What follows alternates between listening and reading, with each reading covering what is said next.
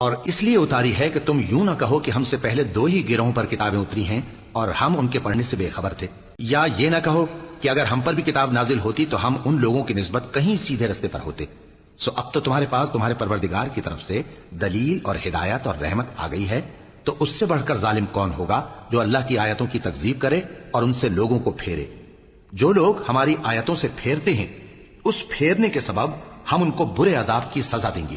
یہ اس کے سوا اور کس بات کے منتظر ہیں کہ ان کے پاس فرشتے آئیں یا خود تمہارا پروردگار آئے یا تمہارے پروردگار کی کوئی خاص نشانی آ جائے؟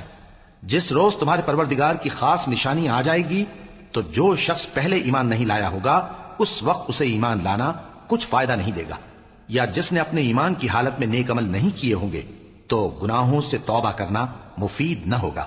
اے پیغمبر، ان سے کہہ دو کہ تم بھی انتظار کرو، ہم بھی انتظار کرتے ہیں۔ جن لوگوں نے اپنے دین کے حصے بکھرے کر لیا اور خود بھی کئی فرقے ہو گئے، ان سے تم کو کچھ کام نہیں، ان کا کام اللہ کے حوالے۔ پھر جو کچھ وہ کرتے رہے ہیں وہ ان کو سب بتائے گا۔ جو کوئی اللہ کے حضور نیکی لے کر آئے گا تو اس کو ویسی 10 نیکیاں ملیں گی، اور جو برائی لائے گا تو اسے سزا اس جیسی ہی ملے گی، اور ان پر ظلم نہیں کیا جائے گا۔